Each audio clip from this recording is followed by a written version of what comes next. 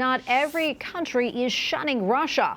The leader of the United Arab Emirates met today with Russian President Vladimir Putin to foster economic ties. President Putin praised OPEC for cutting oil production and claims that it will stabilize the energy market. However, the Biden administration says that it will only raise prices. We go now to Peter Brookes, senior research fellow on weapons of mass destruction at the Heritage Foundation. He is also a former Deputy Assistant Secretary of Defense. Peter, thank you so much for joining us. We really appreciate it.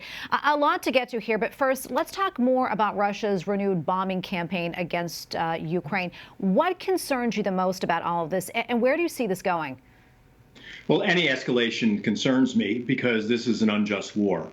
This is a war of choice, a war of aggression against Ukrainians that's violating their territorial integrity and their sovereignty. So this is an escalation which I think is in response to the bombing of the bridge over the Kerch Strait on Saturday, which nobody has claimed responsibility yet, but I think this is something that Russia is responding to. But once again, it's a troubling escalation. They're not just targeting military targets, they're also targeting civilian targets, which is obviously against the international law.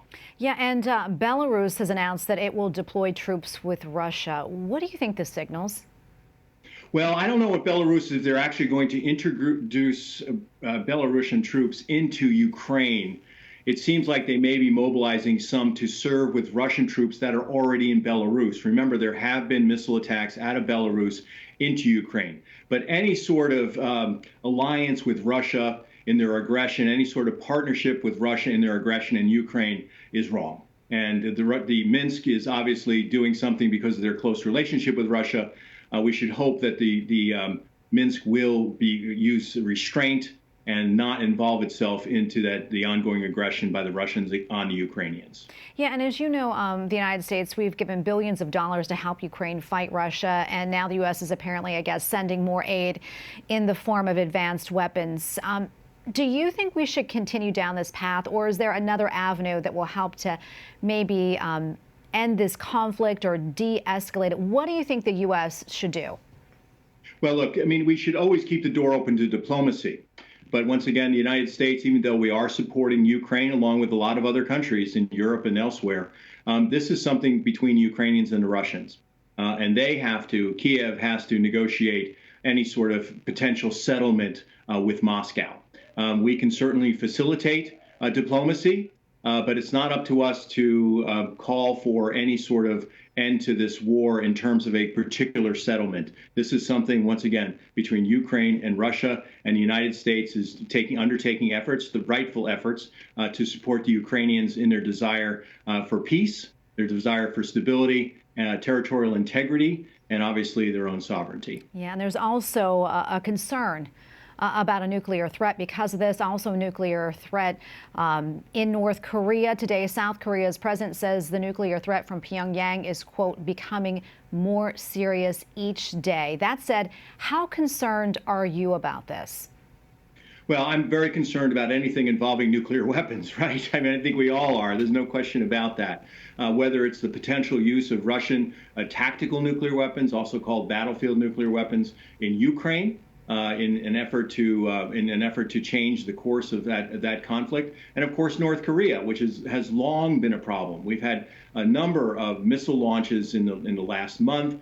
They believe that North Korea may at some point actually detonate another nuclear test, which would be the first in 6 or 7 years. And obviously these things are destabilizing and they're troubling because there are people, there are leaders who have their finger on the button that could open up a significant conflict, whether it's in Asia or even escalate things that are already happening in Europe. And what do you think the U.S.'s response to all this should be when it comes to North Korea?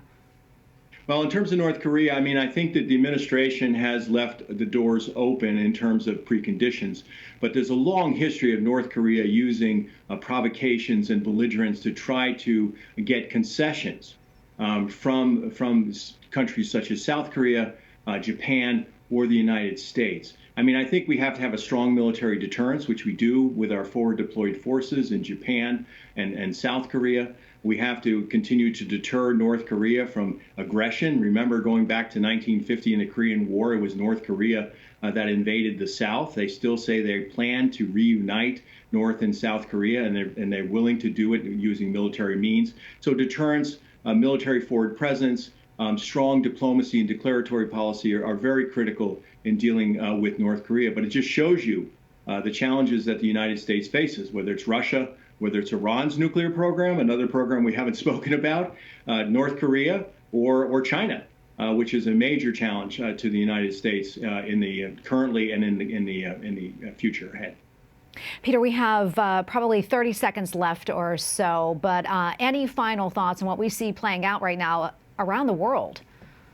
Well, we have significant challenges, and we need strong diplomacy, and that'll be critical for this administration to provide that to us. It's also important for Congress to play a role here in terms of American foreign policy and national security. And I think we're best when we are able to achieve peace through strength, which means we have to be strong politically, diplomatically, economically, as well as in terms of our military capabilities. And we're going to leave it right there. Peter, thank you so much for your time today and for your insights. We really appreciate it. You're welcome.